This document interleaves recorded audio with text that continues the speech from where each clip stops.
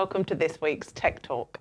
Every week we try to explain how to solve everyday problems with the everyday technology you and me might be using. This week we're talking about passwords. To help you and me understand more, with me is Tech Talk expert Chris Jennings. Hello, Chris. Hello, Sarah. So passwords. Yes, passwords. Yeah. Now, passwords, we all hate them. Too many of them. Too many of them. Trying to remember them. Now, the thing is, passwords is the number one easiest way for a hacker to steal your information. And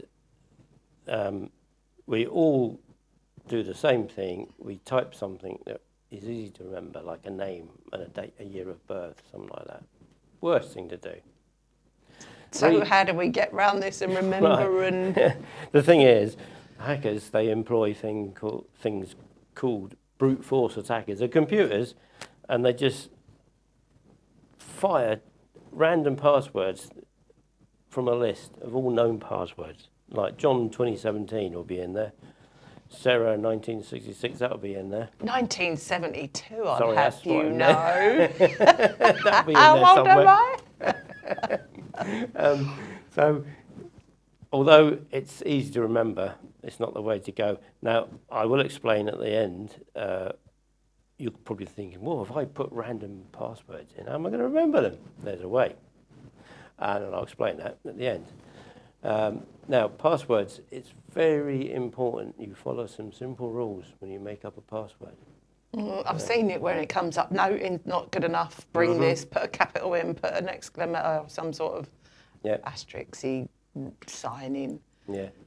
One of the most important things is never use the same password for any more than one account. I bet none of you do that, do you? Oh, that's definitely me in that category. Whoops. Yes. Worst thing you can do. The reason being, if they discover your password on one, they're just going to think, oh, I bet they've got a bank account with the same password. I bet they got this with the same password. And they're in everything.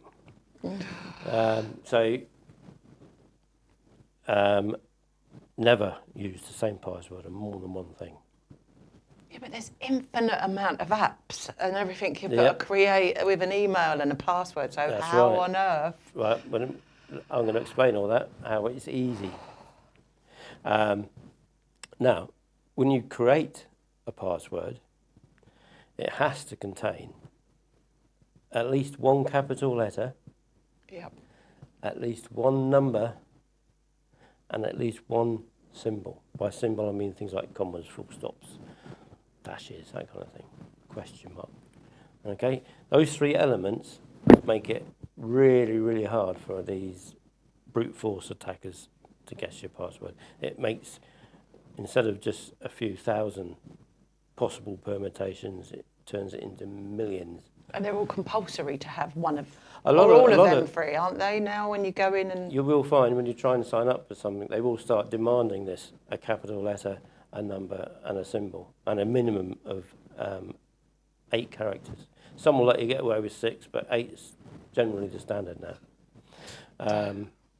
I know it sounds daunting, thinking, God, how am I going to remember all these things? Don't worry, I have a solution.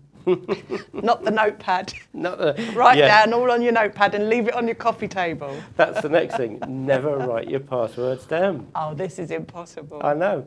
Never write your passwords down.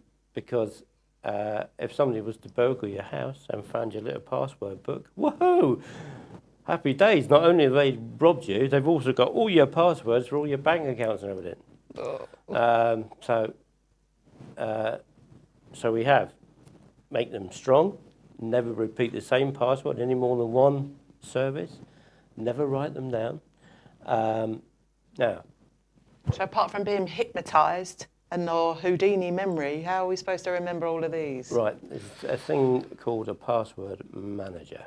Now,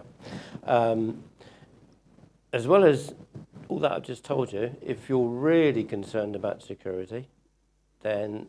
Which we should be nowadays with, you know, things you carry, everything on especially you. at the moment where everybody wants to hack into everybody's information, especially social media. They're always trying to get, you're often seeing people, well, I've been hacked, don't answer any messages from me. Yeah. It's because they've had a simple password. That's what it was. That's what happened. Now, you should also, if it's not necessary every month, but they recommend at least once a month you change your password. My God, Just to make it even more difficult for you. But this manager's going to remember. This manager's going to sort all that out for you. Yeah, otherwise you'd be scrubbing through the lines in your book and no, don't write it in the book. That's right. Now there is, thankfully, another method of logging in. If you come across a site and it gives you an option to sign up with Google or Facebook, do that. Okay. Because by signing up with Google or Facebook, what it means is it'll take your information from your Google account or your Facebook site. You just got to know that one's password. Your Facebook. You just got to know your Facebook Google or your account's Google password. account. You've got to have, right. And that's the most secure way of logging in because you're not actually typing anything in your PC. It's just a click on a link. And that way there's nothing for them to copy, look at. Because there is another thing. You can get a virus called a keylogger. Okay. Right? Now, keyloggers come from innocent things like pictures, Word documents. A person could send you a keylogger without even knowing it because they've got it on their PC and they send you a Word document and you've got a keylogger logged in. Oh, they're not even realising They're not even realising hacked they're spreading and it around. Oh, No. wow, no. That's... Now, what a keylogger does is it just records every key movement on your keyboard constantly all day long. And it's sent off to whoever created the keylogger, and he'll look through this log of keys and he'll look for a string of words. Oh, that's a password. That's an email address. And he'll find out what it's for. This is serious stuff. It's quite concerning, really, isn't it? It is, yeah. So the way to get around those is by using this password manager I'm going to show you about, or using a third-party authenticator like Google or Facebook. And you're not typing nothing, you're just clicking. And a click is a click, they can't tell you what you've clicked on. Okay, yeah, I'm with you now, I understand. Yeah. Now, I'm getting my F's fiddled. a further level of security is probably something you had to do with banks. It's called, I can't think what it's called, but it's where you, I can't think what it's called, I will in a minute, but it's where you have to do a second thing like enter a number on a card. Like you try to log into a bank, and there'll be like the bank will give you a card with numbers and letters, and it will say type in the answer to 2F, so you have to look 2F and type in the number that it gives you. That's called, I had it in my mind just then. All of your mind's full of passwords, Chris. There's no space left. No, we're going to be talking about memory upgrades shortly. I think I might actually have to do one of those. I'll be queuing as well. We'll both be queuing for one of them. Yeah. Two-factor authentication. That's what it's called. Yeah, who's going to remember that? That's not really something that rolls off your tongue. That will come up in front of you. Say you'll sign up with Facebook, and it will say, you should now activate two-factor authentication. And you're thinking, what the hell is that? Right, what that is it's with Facebook, it's normally they ask you for a mobile phone number. So when you try to log in, it says, okay, and they send you a text to your mobile phone with a four-letter code. Yeah, I've received that one before, yeah. And you just type it in the next little box that pops up. And because that's different every single time you log in, so a keylogger is useless to them. So that's an extra step. That's what that means. Now, getting back to password manager, how are you going to remember all these passwords, usernames? There's a thing called a password manager, and the one I use is called RoboForm. RoboForm? Is this something that's built in on your system that's already in there, or you have to... Right, now RoboForm there's others as well. There's Passkey and there's others like this. The one I use is RoboForm, but obviously as long as it's a well-known safe password manager, choose your own if you like. Now what this does is you install RoboForm onto your PC. And this is free? Yeah, it's all right. You download it, you just Google RoboForm and it will show you a download to the program called RoboForm. And you set your account up, which is free. Now, what you have to do is you have to create one big master password. Right. This is the only thing you have to remember. Okay? Don't write it on your fridge. Don't write it on the screen, master password. Like they do in the movies. Yeah, and put a yellow sticker on the screen. Not a good idea. No. Oh. Yeah. Yeah, so it's a big long master password, which you've got to remember. They do give you a second way of logging in case you do forget it, whereas you have to give them a phone number or an email address, and you can ask for recovery with my master password. Okay, yeah. And it goes through a few questions that you've given to make sure it is you. Now, once you've downloaded this thing called RoboForm, you've set up your account with one big master password, which remember, you can use a phrase. That's what I do. I've used a phrase, quite a long phrase of just about 20 letters. Shh, don't tell him your phrase, Chris. I'm not gonna Don't tell him your phrase. I'm not going to tell him a phrase. The phrase that pays. Yeah, but I've created a phrase, and certain letters, like an O, I'll use a 0, so I'll mix in a few numbers.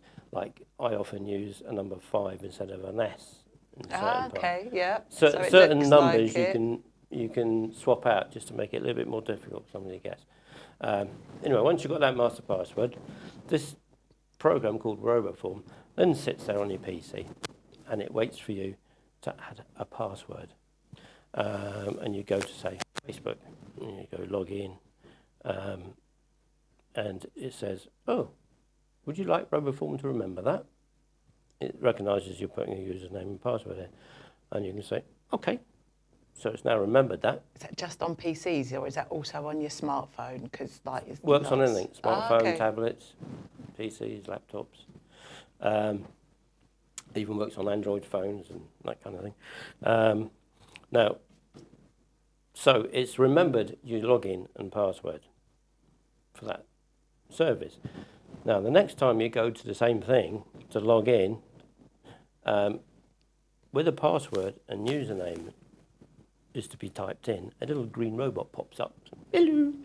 And you click him, and he says, would you like me to fill this in? Yes, please. Yes, please. And absolutely. he fills it in for you. And because it's another program doing it, there's nothing for people to see, copy, log. So it's so much more secure than just trying to write. You can't write things down. You shouldn't be using the same password. Yeah.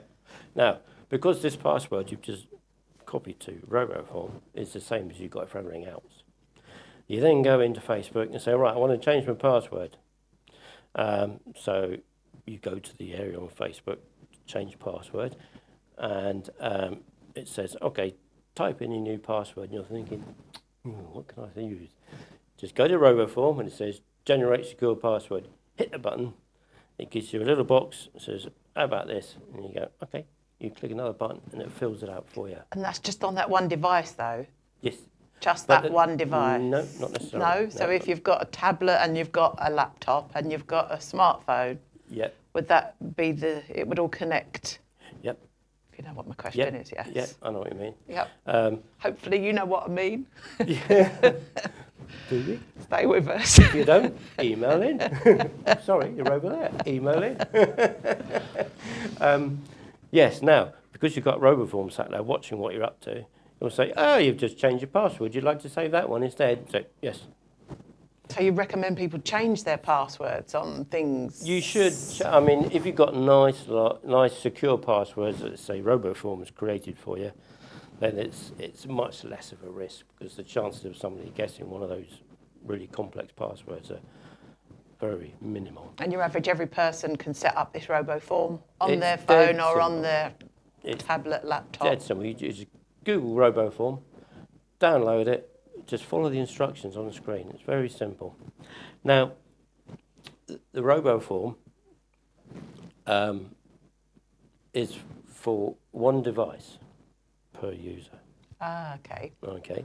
However, for a small fee, and it's not much, a couple of euros, I think, you can then have the Pro version, which allows you to share it among all your devices. So, say you've got it installed on your laptop. That was your primary device, which is free if it's just on your laptop. But you think, oh, I could do that on my phone, so it remembers all my passwords. You pay the extra little bit for the Pro version, and then all you do on your phone, download the same app. Obviously, from an Android phone would be from the Google Play Store. And you just sign in with a big master password that you're not going to forget. Not going to forget the app. And the RoboForm fires up, and he knows all your passwords and everything for you. So it sounds easy. It is easy. I mean, if any of you guys need a little bit of help, let me know. And I can always do a little short about how to install it. But I think you'll get on all right. It's quite plain English. Even I could understand it, maybe. Possibly. I'm sure it's good. We can but try. Yeah, absolutely. Yeah. Right, so there we have it. In a nutshell, passwords, keep them separate from each. No duplicate passwords. Incorporate your letters, your numbers and your symbols in your password. Never write them down. And to save all that hassle, download a password manager like RoboForm. Well, I know what I'm doing this afternoon when I go home. I'm going to be sitting there and downloading Robo Password and ripping up my piece of paper. That's it, yeah. The worst thing you can do is keep it, everybody keeps it in a book. Yes. Worst thing you can do, like I say, you get burgled and they get hold of that book. Oh, happy days, they've got everything. Yeah. Absolutely. So it's something for us to all hopefully have a That's go it. at and try and go for. And I think we'll be safe from there on. Yes. And if you guys have anything else you'd like to talk about with safety and all that kind of thing, just email Tek Talk at campusoltv.es, and we'll put that on the bottom for you so you can remember it. Just email in anything that you think, oh, I'd like to know about this, or how do I do that? No problem. And don't forget, this program will also be on our YouTube catch-up service. Absolutely. So you can view anytime, You can view rewind anytime. it, have a look, That's replay it. it, check out what you're saying. That's it. Brilliant, Chris. Thank you. That's right, you're welcome. Thank you. Thanks for watching. And don't forget, you can catch up with all of our Tek Talk shows on our YouTube channel. Just search Campusol TV, and we'll see you all the same time next week for more Tek Talk. Goodbye, everybody. Thanks, Chris. Bye-bye. Yeah. Bye.